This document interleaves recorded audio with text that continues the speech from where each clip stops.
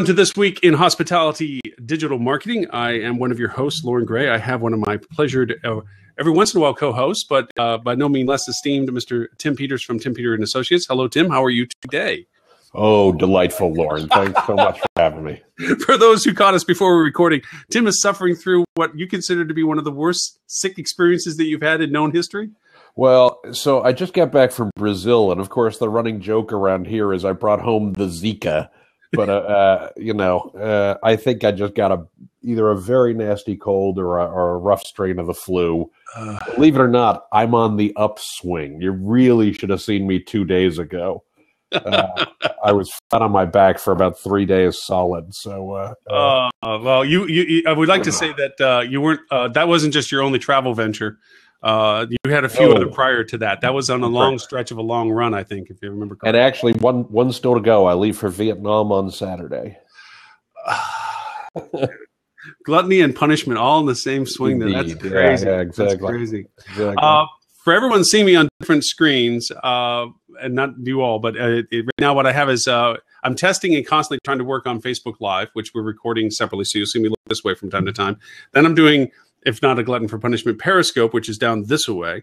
And then I'm also audio recording, so we have our podcast content for this week. Mr. Robert Cole is not coming through. I accepted him, but for some reason, he's still not. Oh, there he is.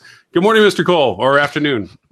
Well, good afternoon. And I'm sorry to hear about Mr. Peters' airborne illness, I think, is probably the issue.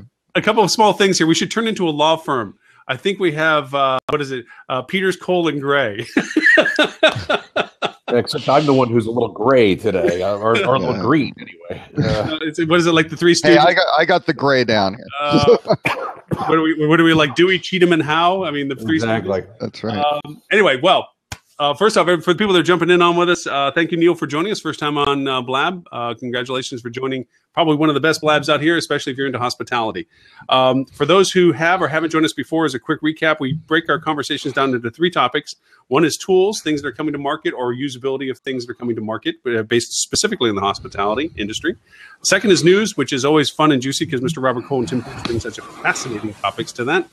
And then the third is techniques, things that we can do to help ourselves in hospitality, either by using the tools we talked about or methodology that we share on things that we've done both now and historically. So with that in mind, I'm also, just to remind everyone, I'm doing Facebook Live and Periscope at the same time, so I might be answering other questions as I go along. I know, Robert, you're just thinking that, right? Like, what the hell is all that about? Anyway, I threw out a topic for a tool conversation today. Google launched its new 360 suite. Mm-hmm. Now, I don't have an account to have access to it. I only have the newsfeed from the Marketing Journal there. Do either of you have access to the 360 suite yet as to what a usable feeling it is, or you just have the same info kind of stuff? Same info you do. I don't have access. I just have the regular Google Analytics, so not premium, but double click for publishers. I'm going to put the link into the feed on the side so people can see the article we're talking about. It's where'd it go? There it is. It's an interesting concept. It's again into the foray of Google stepping into all aspects of interrelationships on top of the funnel, like with their Discovery mobile function, and into, of course, their bottom of the funnel, which is the actual handling of the purchase of the product or the service. Tim, last week, Robert and I got to talk about it at some length. I'd love to hear what you had to say about, Google's mobile, the new Discovery function that's in the top of the funnel, where people can swipe and, get suggestions as to where they might be interested in, and also anything about the Google 360 that you may have already taken a peek at that you have some perspective on. Sure. So I'll start with the analytics first. It's definitely a premium product. I have not used it yet, but I actually have a client who is going to be invited to the next round of it's not really beta because they're coming out of beta, but is already gotten all the details and things along those lines. It is not going to be cheap. It's going to be cheap compared to Adobe. Right. So if you're using Adobe's whole platform, it's going to be priced competitively relative to Adobe. And that's really who they're going up against with this. for most of, if you're an independent property, if you're a small chain, if you're a small group or things along those lines, it's a little like shooting flies with a bazooka. Very effective, however. Yeah, once the fly's gone, they will certainly be gone. It's probably appropriate for larger groups, for larger chains. Anybody who's on an enterprise level product, I think it's well worth their time to check out. But how it stacks up directly against Adobe's whole platform, way too soon to say. I haven't seen any access to it. I haven't had any access to it to a level where I'd feel comfortable saying it's a better option or a worse option from that perspective. Maybe just to run through it quickly for people who aren't familiar, I'm just looking at the Google Analytics blog, but really the components to it, the Audience Center, I think, actually has a very nice feature, which is the integration, tight integration finally between Google Analytics and DoubleClick, right? So that's very, very helpful for folks who are on both those. But again, I haven't seen the pricing. That could be a big limiter to that aspect. But then there's also an optimization. The first one's called Google Audience Center 360. That's the integration between Google Analytics and DoubleClick. The Optimize 360 is basically a website personalization A/B testing facility. So I think that can be, again, very, very helpful tool. Certainly very important. They've got a data studio is the next component, which is really an interactive dashboard, so you can customize all your dashboards and share them differently with different people. Then there's Google Tag Manager, which I think, again, in this 360 suite has I believe tighter integration with analytics and DoubleClick. And then they have Google Analytics 360, which was formerly Google Analytics Premium, is kind of the core to take care of just all the various stats that you want. And then finally, the last component is called attribution, which used to be called odometry. And so that's an attribution tool. So they're covering all the bases. And I would certainly think that they could, to pull all that together, tightly integrate it, go up against Adobe, that probably deserves a decent price. Yeah, and I'll tell you the thing that's exciting about it conceptually, and again, for the right type of client, right? For many of the folks who are watching us, you may not be doing a lot of display, or you might be doing only modest amounts of display or things along those lines. But the thing to remember is Google is not only the largest seller of search advertising, they are also the largest seller of display advertising. Right. So they tend to have one of the biggest, I hate to use 360 because I'm certainly not trying to use this as a commercial for Google, but a 360-degree view of the customer as they travel around the web, right? They know a lot about our customers. Mm-hmm. And as a result, if you're doing lots and lots of media spend, you're doing lots of search, you're doing lots of display, you're doing other forms of paid media, this is probably as Robert just said, probably an appropriate thing to take a good look at relative to a third-party tool like an Adobe or something along those lines that you might be using, or like an IBM's Core Metrics or something that's going to give you, some real deep customer insights and help you understand how is your spend being used most effectively. What excites me about it specifically is the potential opportunity for trickle down into the non-enterprise level product somewhere down the road, right? Yeah. I mean, I think back on I used to be an Adobe customer, full disclosure. I used to be a Site Catalyst customer, an Omniture customer before Adobe bought them. And we paid stupid amounts of money for the product. I mean, it was Yep. But it was worth it because of the quality of the data. But right? it was worth it because of the quality of the data. You hated writing the check, but it was like, otherwise we would have no idea about this stuff. Robert is 1,000% correct about this, right? I mean, the alternative was, we could know what Adobe could tell us or what Omniture could tell us, or we could know jack squat, right? There was no in between. And there was no Google Analytics then. And what's impressive about Google Analytics today is the amount of information you get and the amount of value you get from a free product. Mm-hmm. So if they actually, make a going concern of this and do let that trickle down into Google Analytics as sort of the gateway drug to analytics, it is. That would be a really good thing for everybody. So, you hit on an analogy. It's so true. I feel like I'm following a drug dealer. It's like here's a little bit, and then when you get hooked on it, okay, you're going to need some more. Yeah, well, that's going to start costing you. It's one of those things where Google's just keeping us between the bumpers as we go struggling along with this. I wonder academically whether or not Adobe started turning into a threat. I mean, they were beginning to integrate their data and CRM-based data stuff together well enough that maybe Google thought that they got to jump into the pool and really go underneath of them price-wise to say that, this you wanted this singular integration thing. I mean, it'll go to some of our news topic stuff, but this aggregation, this singular platform development for service tools is just as much of an echo to the merger the merger issues that are going in the industry. But it seems to be this. People are beginning to realize that going to one platform to handle my paid for this, another platform to handle my paid for this.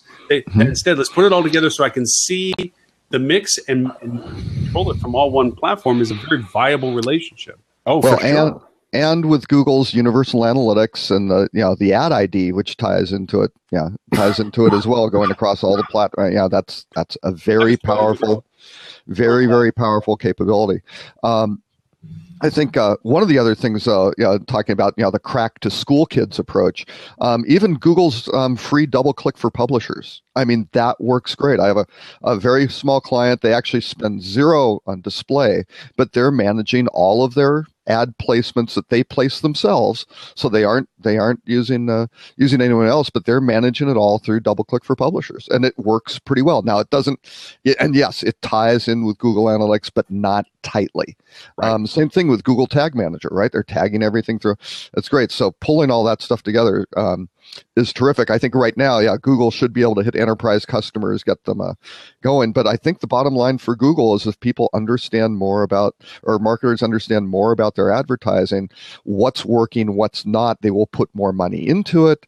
Google's there to eagerly accept that. They get a better return, and it feeds the machine. By the way, the brilliant Ed St. Ange is, if I can call him out, is on the side here, and just said, I see far more install of Adobe with the big players than Google. And that's exactly right. Because to date, one of the things that Google limits today is they call them hits. And I actually hate that they use that word because it's been used in analytics for lots of years and means lots of different things. But it ties into the drug analogy, however, very well. Yeah, that's right. That's exactly right. But what they do is they actually have a limit on the number of hits. They have a limit on the number of calls you can make to Google's servers, even with the enterprise level product. And with Adobe and with some of the other players, Core Metrics and the like, that's just not the case the same way. So that the threshold is much higher, the cost is much higher of the existing enterprise level analytics versus, a typical install of what you'd see for an Adobe and things like that. But if you need that level of power, you need that level of power. Right. There's a reason why, people who buy Caterpillar, digging machines and the like, mining and stuff like that aren't using, a little backhoe, right? This analogy has gone really, really badly.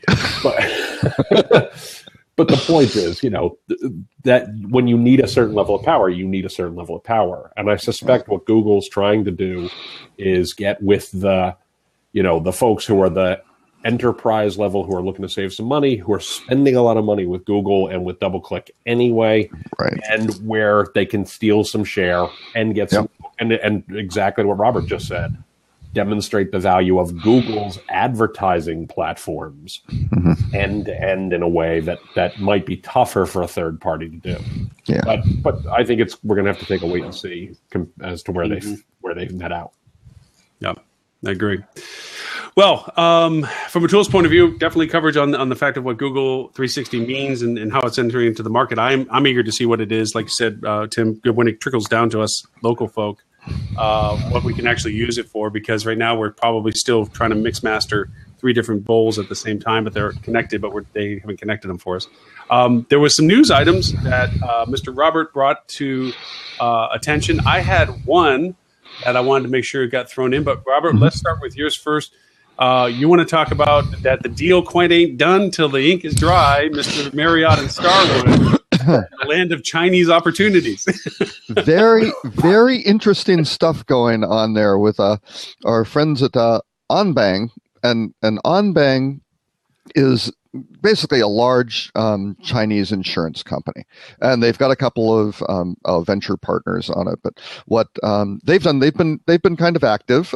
Last October, I believe, they bought the Waldorf Astoria for $1.95 billion, which I can pull up the dollars per room. I'm actually writing a little blog post on this, got all the stats. But over the weekend, they went out and bought the 16 hotel portfolio from Strategic Hotels, which includes things like the Ritz-Carlton, Laguna Niguel and Half Moon Bay, several Four Seasons, Hotel del Coronado, some great trophy properties. And again, being an insurance company, they want to have their money invested in, assets which will sustain their value over the long term. So they're really kind of out there buying pyramids. So at the 11th hour, came into, and maybe even later than that, since I think the Marriott Starwood deal had already gotten, I think they got Justice Department approval or something. Exactly. And actually Starwood's board was voting on it tomorrow. Right. So, I mean, this is, and I think it came up, Monday? So this is really tight. They came in and said, oh, by the way, Marriott, yes, you had offered so much for Starwood. It was around $12 billion, but it was a heavily stock weighted deal. So Marriott's stock prices declined. So that value has now gone down to about 11 billion. Right. And so they came in with a higher bid and basically said, we'll buy that, which is interesting because when you look at Starwood, they only owe 32 of the whatever it is, 1,000 properties, whatever they have in their portfolio. But a lot of those hotels, again, are interesting trophy properties. You've got the St. Regis in New York, you've got a number of them in Europe. You've got things like the Sheraton Center in Toronto, right across from City Hall, things that would be very, very difficult to rebuild from scratch. And at the price of $12 billion for a portfolio of 32 hotels, I mean, and yes, they have the Toronto, hotel at the Toronto airport and some stuff like that thrown into the mix that Starwood owns. But you can kind of see they can come in and go, well, wait a second, we can get all these assets, plus we get the whole hotel company. This looks like a deal because they're buying hotel real estate assets. Where does this go? I don't know, but I have two theories. One was when the Marriott deal was going, or when the Starwood deal was going down, another suitor was, well, actually there were 3 Chinese suitors, was my understanding, and the leader supposedly was Xinjiang. And my understanding was the Chinese government was kind of involved, so they wouldn't be bidding against each other and getting the price too high, that they would kind of pick one and that would go, well, that wound up getting short-circuited with Marriott coming in and kind of going to the wayside. So Anbang may be able to do that, hang on to the assets, which is what they really want, and then be able to sell the hotel company to someone like a Xinjiang or something like that for everything that Marriott's buying it for, which is not the hotel assets. It's the brands, right, and most importantly, Starwood Preferred Guest. Right. So there are 2 different sorts of things. Or I think the other alternative is Anbang could get in here and work some sort of deal with Marriott, because all Marriott wants is either management contracts or long-term, franchise deals with these hotels anyway. So they could come in and say, we're going to own these. Let's cut down the price. We'll take these 32 hotels for, I don't know, $6 billion. Let's split it 50-50. You can go have Starwood Preferred Guest. We get this. How's that work out? So I think it's going to be very interesting to see what happens. But yeah, real quick, not quite over. Facebook Live is going to crash out here in another 10-15 seconds because they're a 30-minute limit. So everybody that's following us, including Mr. Robert Gilbert, president of HSMAI, which hopefully we'll get him on the Blabcast to join us sometime, but he at least joined us on Facebook Live. Mr. Gilbert, thank you so much for joining us, as did everyone else. My personal friends who joined, Thank you. I actually aimed it towards the screen, so you guys have been on the screen for the past, 10, 15 minutes. And I'm going to also shut off the Periscope because God knows that I'm distracted as hell with these three things running. So I don't understand why you didn't have Meerkat running, though. I mean, come on. If you're going to do that, Meerkat's still alive? Well, yeah. All right, let's finish this one, and then we are going to stop broadcast on this one. All right, gentlemen, thank you. And you could be doing Snap stories at the same time, too. I think that's kind of, I don't know. But to just touch, I know I'm interrupting our conversation. It's a good one. Facebook Live is crazy. I mean, seriously, the following, because Facebook is pushing the bejeebers out of this stuff, right? Yeah. And I went over and I was at, my wife is Dutch. We were at this Dutch club function, the Dallas Dutch Club. And we went to an Indonesian dinner because Dutch love Rijstafel. And I did a video of everyone dancing this Indonesian dance for just fun. I had over 400 people watch this darn video. It's a bad video. It's a grainy video. But Facebook just literally shoves it up in everybody's face right now because they want people to use this thing. Right. Yep. You know?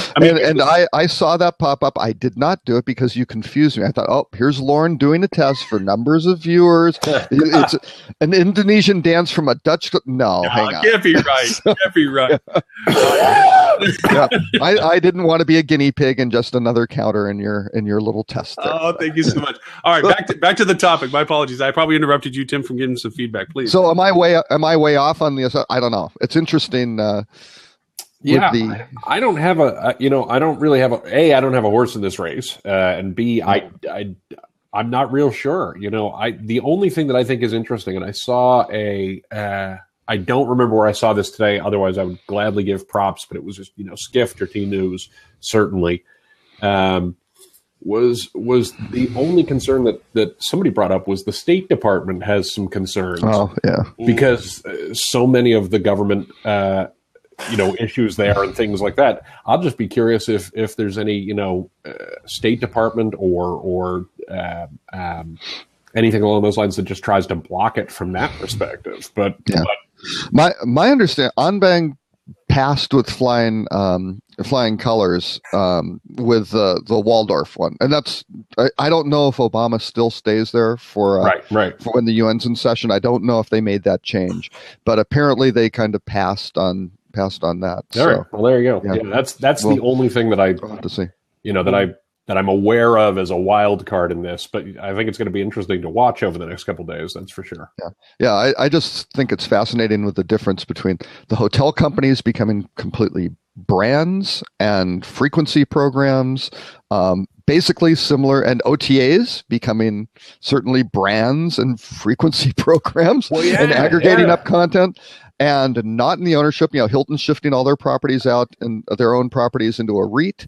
Everybody's going asset light, and you really look at this about, wait, who's owning these things? Who's kind of distributing them? And it's kind of the owners and the intermediaries. And I think it's going to be very interesting how it plays out. Well, and if you think about it, if you're a hotel owner, what are you really buying when you're buying a brand, right? You're buying a flag, right? You're buying the equity that flag brings to it. You're buying a loyalty program.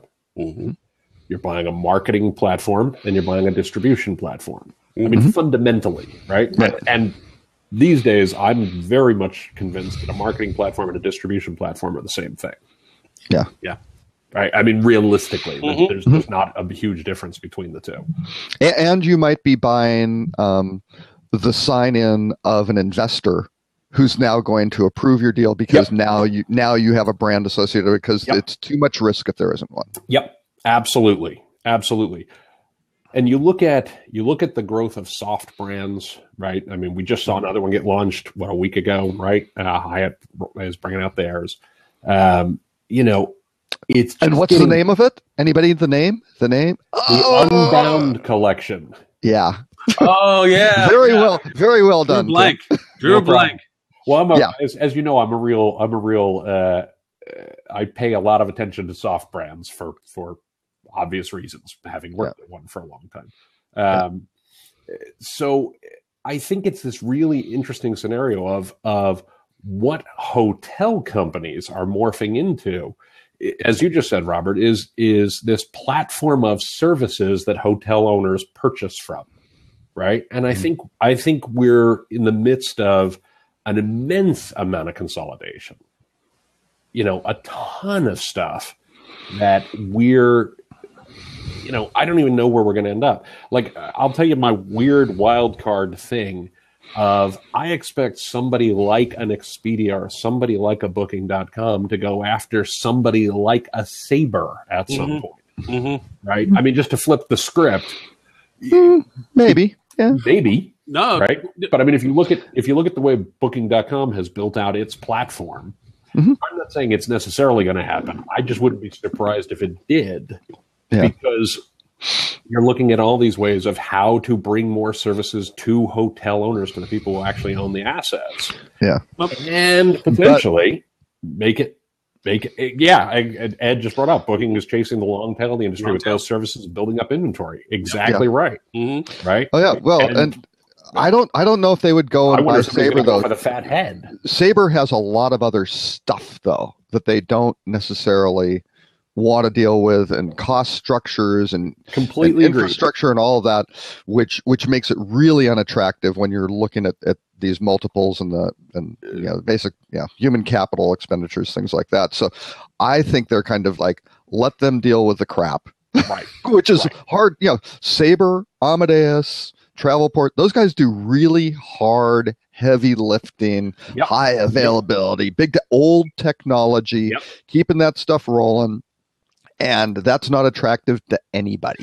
No, you're absolutely right. But to go back to a point, though, when Sabre went public, it now opened up a whole nother Pandora's box. And when you talk to, coming from the private hotel ownership side prior, you're talking about a perceived value of a product. And it's up to the private owner to determine what that value is. When you go public, you are now up to the public forum as to what the perceived value is.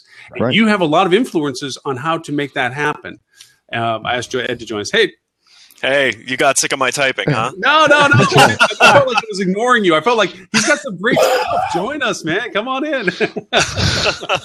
But I was just saying that the point being is that now, to what you're saying, Tim, you can make an influence on the market by simply turning into a majority ownership to it. You don't have to take everything that they're doing and become responsible. You just have to be an influencer in their conversation. So, well, and the flip side is look what happened to Starwood. I mean, to turn it around the other way, right? Starwood didn't fail. Starwood didn't do anything terribly bad. They just had a couple of quarters where they missed the numbers, and suddenly their access to capital dried up, and they became an acquisition. Right. Yeah. Well, they disappointed the investors, and they trailed their competitors. Both the double whammy, and it's like, fine, you're out. And what happens? Fritz is shown the door, and the stock price pops 3% with no replacement announced. And you're just like, exactly. Ow, that hurt. But when you look at all these other hotel companies who are moving to soft brands, they're setting themselves up for the same sort of challenge, right? You have a couple of rough quarters, you have a couple of misses, you disappoint the street, you trail your competitors, or the same is true for, a technology provider or whatever. Now, I agree with Ed completely that the way Booking.com has done it of going after the long tail and small acquisitions seems to be very smart. Expedia has been doing something similar.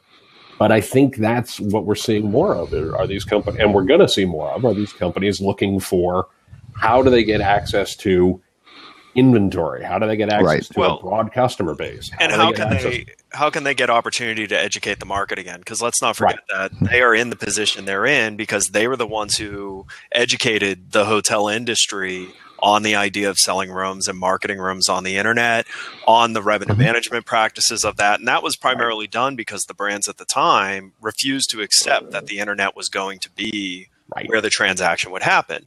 So by going long tail to these smaller properties that maybe even they normally wouldn't have contracted with for their OTA model, when you package it in with everything else they have, now all of a sudden you have much better inventory control. You have the opportunity to educate a market, and you're looking more open table than you are OTA. So it's a strong strategy. It's a fine line they have to walk though, because they can't go in. I think a purchase of like a Sabre or a player like that would be difficult for an Expedia to pull off because it would instantly cause massive attrition. There's just distrust. Even with Expedia, making this fundamental shift back to being a good partner and, trying to bring technology back and all of this stuff, because they've gone in and out over the years. They've been the good guy. They've been the bad guy. It's whatever the wind needed to be. People just don't trust it. And so there are certain things they can buy, and then there are certain things that they can't buy. And so, I don't think you're going to see a Sabre get acquired by an Expedia, nor do I think you see the thing everyone's always talked about, which is Expedia becoming a brand. I don't think that lends to Robert's point with it, but it goes back to earlier discussions we've had about, in the world of digital right now, all the top of the, not top of the funnel, but the highest probability of success stuff, Google is now saying, no, that's ours now. Our HPA programs, our best reference, our destination stuff, we control the space. 60% is mobile. That means that's where the internet is, and we control everything in a vertical. That's why there's no more right rail. That's why all of our stuff shows up first. So Expedia, and I'm glad, Booking.com, I'm glad you joined us with it, I think is a very valid point. They're going to where the business is still attainable. They're going to the places that the relationships can be found because they have the most to lose. At the end of the day, they're not the brick and mortar, which also brings up the whole question about brand value, because brand, as they try to divest themselves of operations and reality, they turn into the same middle place commodity as a service provider. Absolutely. They're jeopardizing their value proposition. So cool conversation, by the way. I think this is really, this is nice. Really rarely do you get the chance to talk where people aren't looking at you going, yeah, I got to go get for another cocktail. Bye. I think we were all in that room just a couple weeks ago. That's right. Exactly. Well, no, and another thing though is when you look at strategy, what are they doing? They're working very hard on their Wyndham integration, right? Because they've got the Wyndham property management system into the central reservation system, GDS, and doing that. And they don't have Travelocity anymore, right? So they've kind of gone to this technology and then tying all the marketing services and everything else they have. So they're really looking at that vertically integration in the hotel tech stack. You look at Amadeus, what are they doing? They're working really hard on IHG, getting the replacement for Holodeck, same sort of thing, vertically integrating that stack. Doesn't have any sort of no sort of OTA component. Travelport used to be heavily invested in Orbit. That's not the case anymore. So all those guys have gone pure tech. Let's go SaaS, tech stack sort of thing. But what's Expedia doing? Well, actually, first, what's Booking doing? Booking.com, they bought Boutique, they bought Hotel Ninjas, and they bought Price Match. So now, all of a sudden, they've got this little SaaS-based pay-as-you-go. It's free. And Oh, that's right. Yep, and Rocket Miles. And so you've got this where you pay us nothing. There's now zero risk to small hoteliers on the long tail. It's only 10%. And, I just did a project, and thank you, Ed, for helping out on on my little research project. And Lauren too. I did. Tim's on planes. I just give. He's not in the country. All right. Well, I'm going to go now. But no, somebody told me, they said, the Booking.com or the Booking Suite platform from Booking.com is the perfect product for stupid hoteliers. And it's like, well, yeah, if you're too big for it, that's absolutely true. Really small, 10%. To maybe start off, and we were talking about crack to school kids earlier. It's the same sort of thing. Well, you look at that point. Obviously, I've lived in the world between OTAs and hotels. I also live in the world of driving direct bookings, and the common theme amongst my career has been just do things right. One of the things I always do look at is when hotels take issue with Booking.com and Expedia. And I understand why brands take issue with Booking.com and Expedia, but an independent hotel or a small boutique hotel, let me ask you this. You all are business owners. If there was a large channel partner out there that you knew no matter what happened in your business, they could consume your entire business with just basically a fee, that'd be a nice safety net to have, wouldn't it? Sure. It is. And if you used it correctly, it would be a safety net. And the problem is I was literally talking to a very close client of mine recently, where she was taking me through how much they pay a year to the OTAs, and it was millions of dollars. And I asked her, I said, could you spend that yourself and drive the direct business? And she, without any hesitation, said yes. And I said, have you put together a plan to do it? She said, yes. And I said, then why aren't you doing it or even attempting to do it? And she said, because my owners would never go for it. And I said, then you need to stop living a dual life, accept the situation you're in, and optimize the situation. And don't kid yourself that you're going to be able to get off of it. Instead, figure out how to optimize it and use it correctly. That's right. And it's all risk. It's risk. There. It's risk aversion because, and the poster child I always use with people is MGM Resorts, right? They've got every tool in the marketing arsenal available. Great brands, great products, awareness, everything. And if you've got the MGM Grand with 5,000 rooms and it's got a 500 room hole they have to fill on a Wednesday, Thursday, 2 weeks from now, what are they going to do? Right. Mm-hmm. Drive time advertising in LA and San Diego? That's maybe. It's really risky. Or they talk to their Expedia market manager who kind of goes, well, we can help you. We want a rate that's $10 below what you're selling on your own site. And we need a couple extra points of margin, and it's delivered. And they may say, you bastards, you're ripping me off. And it's what we were talking about with the Adobe situation earlier. It's like, yeah, it's expensive, but it's getting you the stuff you needed. And could you do it less expensively on your own with lower risk? Probably not. It's a cost of insurance. Their margin includes a cost of insurance, and that's the way you have to look at it. And I completely agree. I want to add one thing here because I think there's a nuance here that's important to point out. And Ed, you said exactly the right thing of if you use it correctly, right? There is certainly a current within the industry, and we hear people say it all the time, where there's the torches and pitchforks crowd, right? Like, let's go storm the castles and get those bastards. Right? The peasants are revolting. Right, the peasants are. Yeah, you're not so hot yourself, you're man. Right, so. And we know that that's true. And the reason that exists is because people have not used it correctly. Right.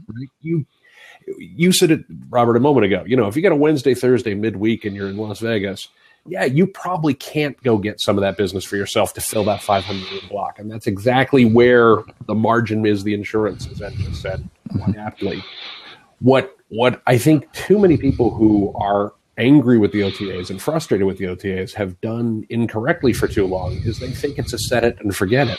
They put it on an autopilot, and then they wonder why it's costing them so much to fill these bleeding. Yeah, it turns into too much of a channel. The channel expands unnecessarily, and then they get dinged for it. But it goes back to there was a revenue presentation that I thought was outstanding because they played this is going to date myself, but they played Cher's "Gypsies, Tramps, and Thieves" as a song that he played when he went up on the stage. And it was funny because it was his lead-in to talking about the fact is that you condemn the very thing that you, at the end of the evening, go out and find. You want to bite the hand that gives you the business, but it's your own fault for having used it inappropriately and expansively and caused the damage it does. Yes. And I would.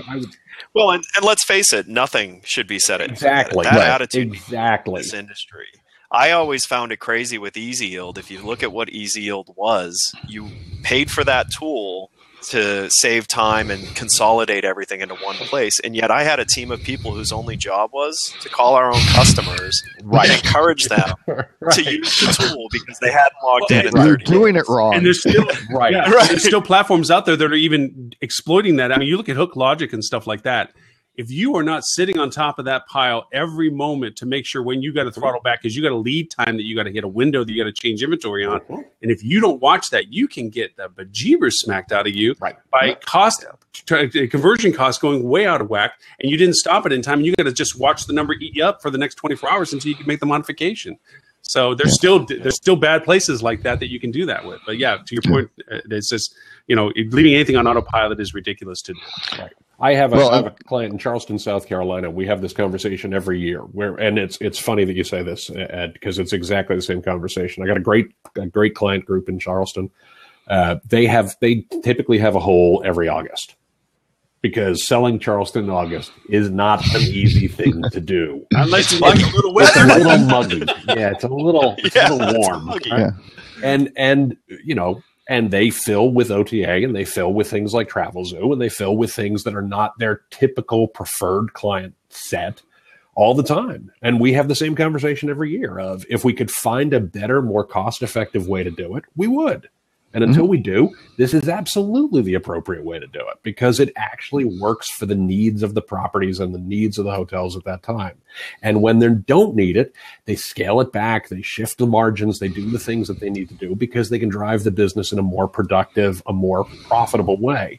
And that's how you need to balance this stuff. It can't be set it and forget it. It's got to be, balancing how it actually fits into the overall distribution mix. Yep. But the other interesting nuance is, it's not just these first-time guests fill in the hole.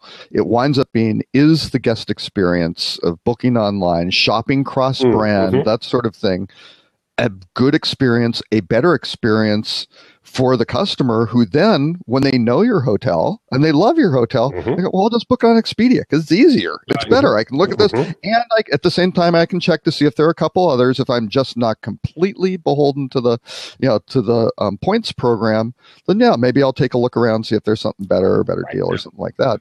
And that's the interesting thing with all these book direct campaigns, because it's really come book direct, but it's like, well, that's great for the people who know you and love you, who you are now giving discounted rates to.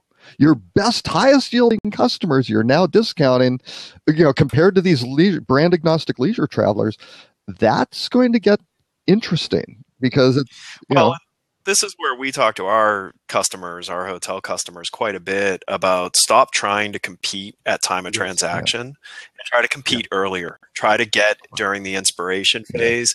Try to get loyalty before the transaction process even starts. Because if you're competing with the likes of Expedia and Booking.com, or even if you're an independent and you're trying to compete with Hiltons or things like that, they are animals at conversion.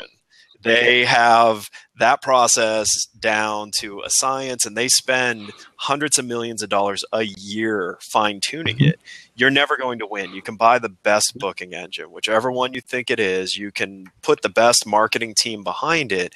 You're still never going to win at transaction.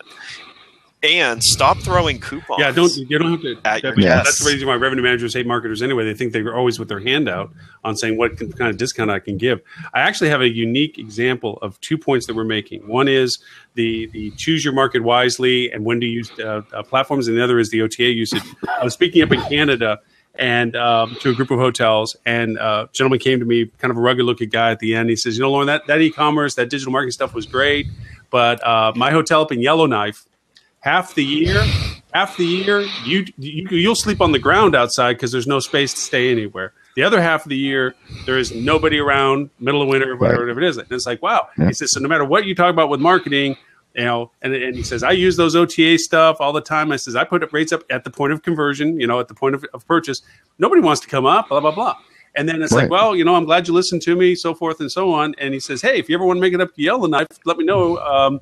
You can get a 25-pound bass and a 16-point deer. And I'm like, can you do that in the 6 months that you're not busy? He says, oh, yeah. Right. But you do know there's people that like that, right? Right. So, and all of a sudden now he's only 3 months where he's not busy because there's still enough space to fill where, to your point, Ed, is like, go to the aspirational point, go to the point where people are thinking, I want to get off the grid or whatever in this example, but, and get ahead of them. So by the time you're not competing with the point of conversion, you're not looking at that purchase point. But yep, excellent point to it. The other point that we wanted to just briefly talk about, it's kind of going against an earlier conversation we had. Snapchat, Hyatt's using Snapchat. And we had a fun discussion a couple of weeks ago about somebody had an article popped up we talked about that was saying Snapchat is a waste of time because there's no durability to it. There's no linkability to it. So just going into that black hole doesn't do any benefit. Meanwhile, Hyatt went in and started doing Snapchat. Any feedback or thoughts about what you might think about those, or? And Hilton's in there. Oh, and yeah, Hilton's in there. Hilton's doing some Snapchats.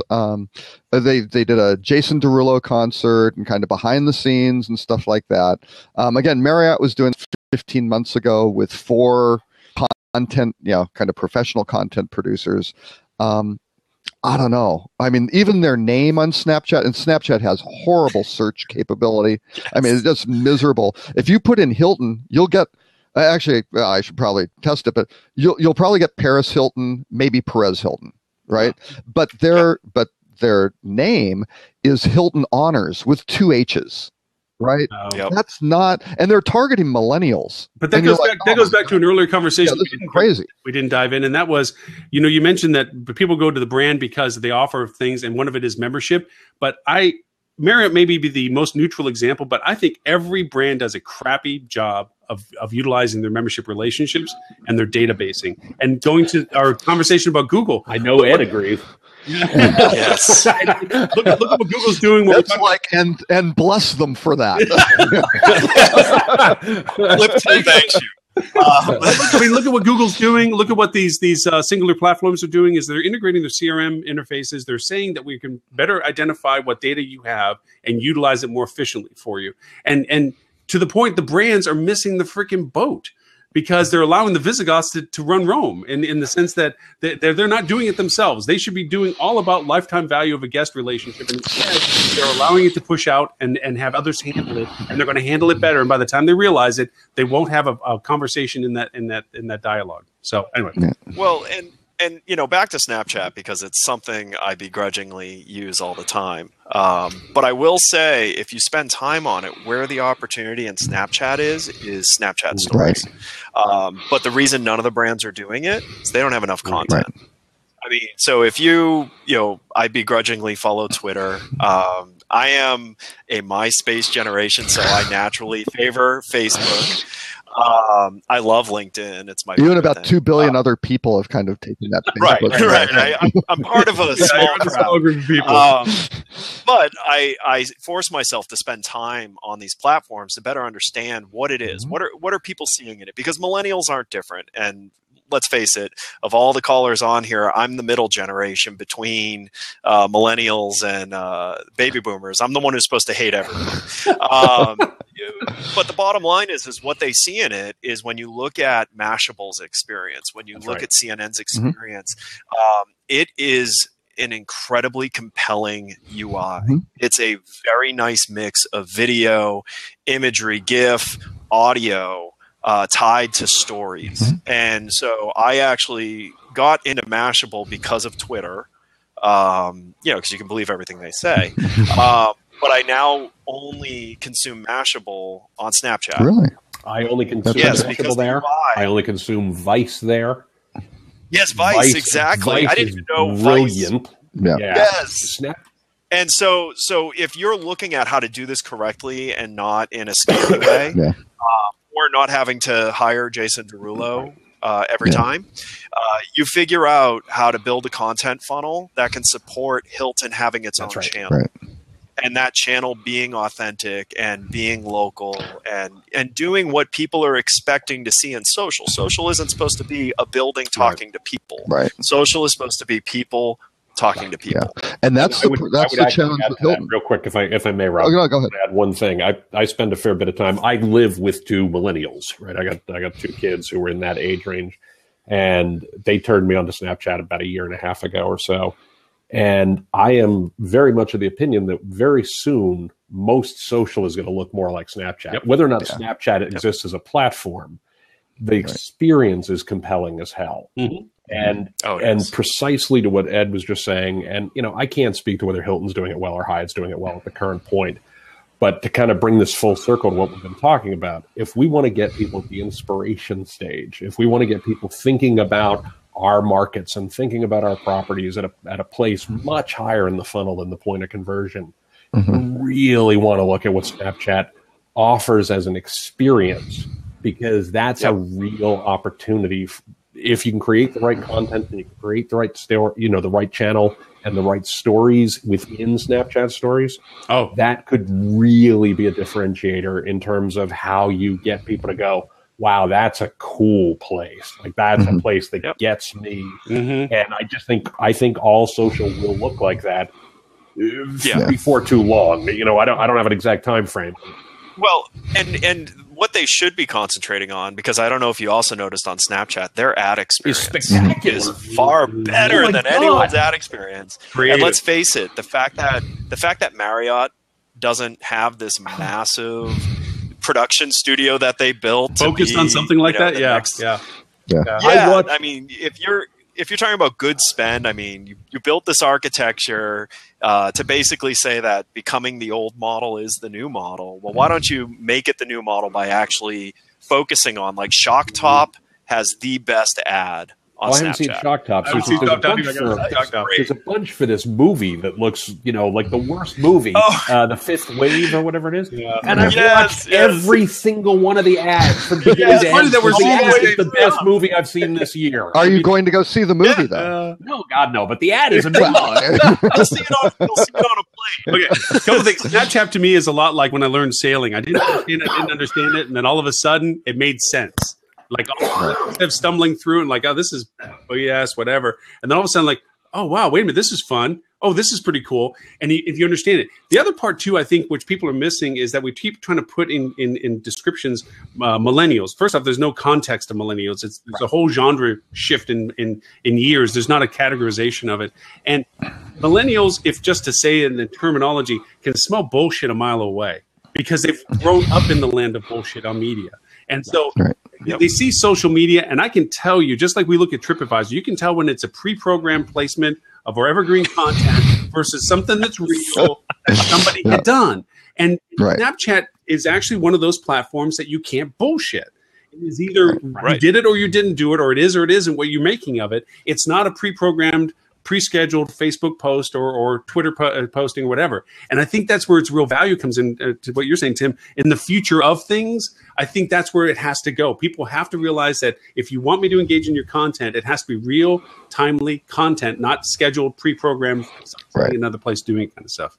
And that's what makes it really hard for a group like Hilton to do it well. Because why would they follow Hilton? They've got a dozen brands, right? I mean, that maybe a brand would be more. They really want to follow Hampton. And here's what's going on. How's Hilton going to do? And it really should be like local property. What's going on in these properties, and how you craft that across that wide brand is really hard at the Hilton level, and it gets expensive at the brand level, and then it's just prohibitive from a content perspective at the property level, unless it's a really cool individual property. I think the opportunity is for Hilton to be like a Mashable. Yeah. Mm-hmm. So there's a Hilton, and when you go in there, it's random stories about different properties, different people, different things. I mean, and that's actually not as hard as you think it is. It's just thinking through process and thinking through scale of process. And getting stories that aren't just pitching their product, that are legitimate pop culture, local things going on, and not just like, oh, we have a hotel opening type. Yeah. Right. One other interesting stat though that I think is very, very good. The latest thing I saw, Snapchat now has 58% of the 18 to 24 market, passing Instagram, who has 55%. So that's how fast they've come. Really, it's really UI. Quickly. It's experience. It's all UI, because their UI is far superior to Instagram's UI. Without question. Instagram looks like a hacked Facebook. Yeah. And Snapchat looks like it was created in a vacuum, meaning they didn't pay attention to anything else. They just thought through, what should the experience be based on the technology people are using. Do you remember when Marriott tried to do they told all their courtyards that they couldn't have Facebook page? This goes back a few years when Facebook started first burgeoning up. And they said, all courtyards, you can't have your own Facebook page. We're going to have one courtyard Facebook page. And it's like, okay, had they done what you said, Ed, they would have actually probably pulled it off in some context of success. But the weird part is that social media inherently is the antithesis of brand. Brand is homogeny, it's consistency, it's not an individual identity, and social is all about individual interaction. Where Facebook lost it a little bit is now it's more of a platform and forum. Where I think Snapchat keeps it is it still stays as an individual. To your point, I can be a Hampton Inn if I got something cool to say, but I can't be a Hampton Inn in general just to tell you that I have a new porte-cochere. Oh, wait a second! Look at you angled the paper. Oh, it's so cool. It's lovely. New waffle makers today. But the thing that's the other miss here is the big opportunity that all these brands have if they would just invest in spending time thinking about it. So they have endless supply of people. Yeah. And that endless supply of people are being underutilized. And yes, there's going to be a percentage that are unengaged employees who are doing it because it's a job, but there also are the ones that are going to be our future hoteliers. Because let's look at all the best hoteliers in this industry. They all started when they were like 14 or 12 or 8, whatever. You want to find out who they are, give them an opportunity to show you that these many hands doing small things will turn into something huge. And this is how it should be looked at. And again, this isn't hard. It's just you have to stop and think, and you have to think through what is the brand's voice and how does the brand's voice translate to a local voice? Because how many cities is the Hampton Inn the only hotel in the city? There's a lot of those. So they are a hub of their community and are probably one of the bigger employers of that community. So there's an opportunity to have a story, but it takes taking time to think through what is the story. The story isn't the building. The story isn't the investment. The story is the lives of the people there and the lives of the people who visit. Right. It's putting a face and a person to the entity at that very individual level, which goes back to a lot of what we talked about in times past with all of it, with him when you were there as well, is that we're talking about the fact that hospitality at its core is hospitality. It's a one-on-one engagement. Right. And I love referring to Dilbert as a comic strip because it does such a great job of taking what you hear in management and how absolutely artificial it is in the practicality of the world. You hear, it's fun to listen to the buzz, and like there's no, because corporate thinks that by saying the words, they can enact the relationship at an individual level. And it's not. And they've always approached social that way. They killed it because it was not a direct channel, that they couldn't see a dollar ratio value, but they didn't see the intrinsic value. And now they're looking at social as just a platform of announcing stuff to. And something like in Snapchat and what eventually social is supposed to be is that individual engagement, that instead of the pre-can, pre-stay Hampton Inn statement, you're getting, I was at my junior league softball, here's a live vidcast of how much fun it is. I'm not selling you a room, I'm not selling you a hotel, but I have sold you the idea that we care about where we are. And that means that if I'm passing through that town, I might remember that or know that that would be someplace I wouldn't mind staying at because there's good people there. Well, and if you think of that opportunity, the hotel is the only part of travel that can own that. Exactly right. Yep. And so that's where the opportunity I think we just forecasted the doom of standardization, and that eventually all brands are going to realize that they have to decentralize their efforts in order to succeed at it. Sorry to say that, Marriott. Tim, I'm sorry. You said you want to say something? No, all I was going to say, so I just posted a link, a shameless plug, because, you got to. Hey, we're on the shameless plug platform. I'm all good with this. This is a presentation up on SlideShare that I did a couple years ago called All Marketing is Social. And one of the slides actually says social is people, right? I mean, this is something I've been saying for years. From a completely left field place, one of my first bosses, 23 years ago, not in the hotel industry, had actually worked with Scott Adams at Pac Bell. So I actually grew up in the environment where Dilbert was born. and was one of the staunchest advocates against that in all things, right? Because and it comes back to exactly that. Hospitality is about taking care of people. Hospitality is about giving people an experience, right? Social is about people. So these should go hand in hand beautifully. Mm-hmm. And when we try to enforce some sort of, template on it, or we talk about things that nobody cares about, like the porte cochere. Nice touch on that one, Warren. It's just not going to work. And in some ways, we've come almost full circle back to what hospitality marketing used to be. You sell the destination first. You say, why is this a great place to be? Why is this a good place for you?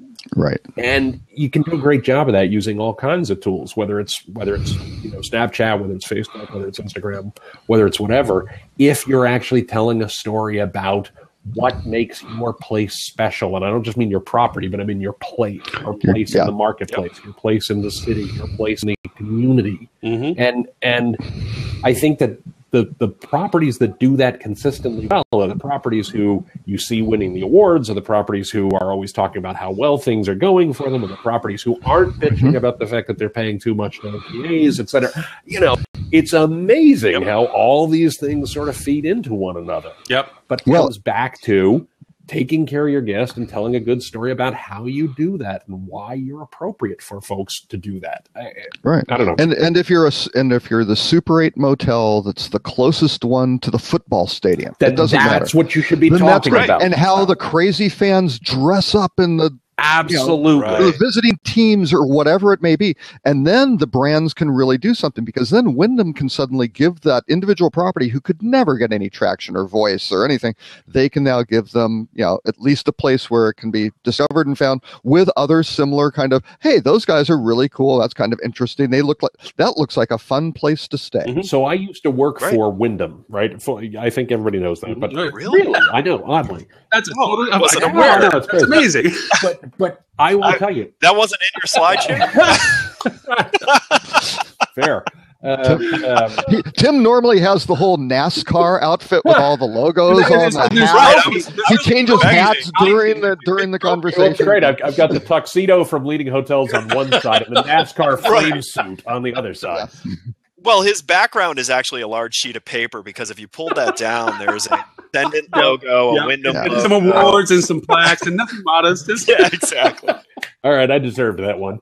So, the reason I bring this up is we actually had an ad campaign that, for whatever reason, got killed very early on. And I never understood this. And it was a Super 8 campaign, and it was a brilliant campaign that they shot like a photojournalist. And it was just people traveling down the road, right? And they had the whole voiceover was this entire thing about look, we get we're not where you're going, right?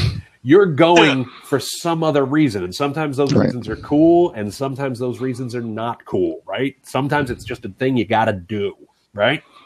But it was this whole thing about, they'd show people broken down along the side of the road. They showed people, the gray collar guy with the suits hung in the back of the back row of the car, right? The family crammed into the station wagon trying to get to Disney and stuff. And it was this thing about, we'll see you along the way. Because that's what we do. You're appropriate to when you need that kind of property, right? And I remember the first time they showed the ad to the board, and I'm not kidding, and if anybody from the board is watching this and wants to, dispute this later, go ahead. But there were definitely grown men in the room watching this thing going, wow, and like dabbing at their eyes. Because it was like, they get us. Like, that's what we do. And there's nothing wrong with that. Because if that's what you are, and you try to BS people about that, it's not going to work. And well, that's like, any of you been following what G6 has been doing with their brand? No. I mean, please. I think that's, you need to go look at what G6 has done with the Motel 6 brand. It's brilliant. Like, they're accepting who they are. They're fixing what they are. I mean, they have the plans to make sure that the people who set up shop don't stay in long, but they're doing a great renovation, and then their marketing is honest. Here are the properties that have changed. So, and here are the ones that are changing, and they put the investment in the right place. First of all, it's one of the best infrastructure-based websites I've seen, because they got to start from scratch and they had a Blackstone budget, which doesn't but if you look at, that's a perfect example of a company that's accepting who they are, accepting who their franchise owners are, realizing that they have to change, otherwise they are just going to be meth labs. But with a little bit of change, all of a sudden, it's what Motel 6 was originally. I mean, that's an iconic American hotel brand, and they just went awry under previous ownership. And now, G6 is really bringing it back and bringing it back to this whole idea of, we're not perfect, but we are the perfect place to bring your dog. Well, and in their little carousel, it says, Chicago tonight from $37.99. Right. And I when I left Four Seasons, I went and ran marketing for a group, Journey's End Motels in Canada, and my wife still hasn't forgiven me for it. Slightly different employee slightly discount. Different, but let me tell you, you looked at. Yes, it was the guy traveling with a rack of stuff in the back of his car. Whatever, Monday through Thursday. Friday, Saturdays, your parking lot was looking an awful lot like a Four Seasons sometimes. There were Mercedes and Cadillacs and BMWs and all that stuff because people were paying their own money, sort of thing. Right. And it was different. And and I love Four Seasons. It's a great company, outstanding service, but there were situations where the Journey's End manager, because they only had 16 employees running, 16, 18 employees running 80 rooms. They were providing better customer service, more personalized. The person in charge of that property knew the guests and was providing superior service to actually what the general manager was doing. The Four Seasons, who was tied up in meetings all the time and meeting with staff and never really interacted with guests except if it was maybe a top VIP. Yeah. Right. And it was great. And they were the cultural focus, or not the cultural focus of the city, but they were the hub. They knew what was going on. Sort of thing. It wasn't just the concierge did, and he's gone home for the managers. They knew what was happening, how to work things, best places to eat, all that stuff. Top of their head, go. Call a friend to go do something. It was fantastic. I think two things I just want to add to the conversation. One is that in talking about how we're talking about marketing and so forth, we have more tools now in our toolkit than ever in the history of marketing. The ability to isolate and define feeder markets, drive-by markets, individual demographics, and so forth that are just underutilized for those that may even know aware of them. So that there's always a means of targeting people that we know would want to show up on our doorstep for any of our hotels. And the second of it is that one of the things that was mentioned in the history taking of World War II that made the United States different than other people in the war, and also what they feel contributed to the success, was Americans would take their best pilots and bring them back to train the other pilots. And what unfortunately hotels do is they take their best and promote them out of the scope of hospitality. Yes, right. The GM, to your point, Robert, is in meetings back to back to back. He's bouncing between decisions, this, and no longer is he doing lobby lizard. No longer is he on his front desk. No longer does he walk into his night auditor. That's fundamental stuff back in the day when I was GMing, man.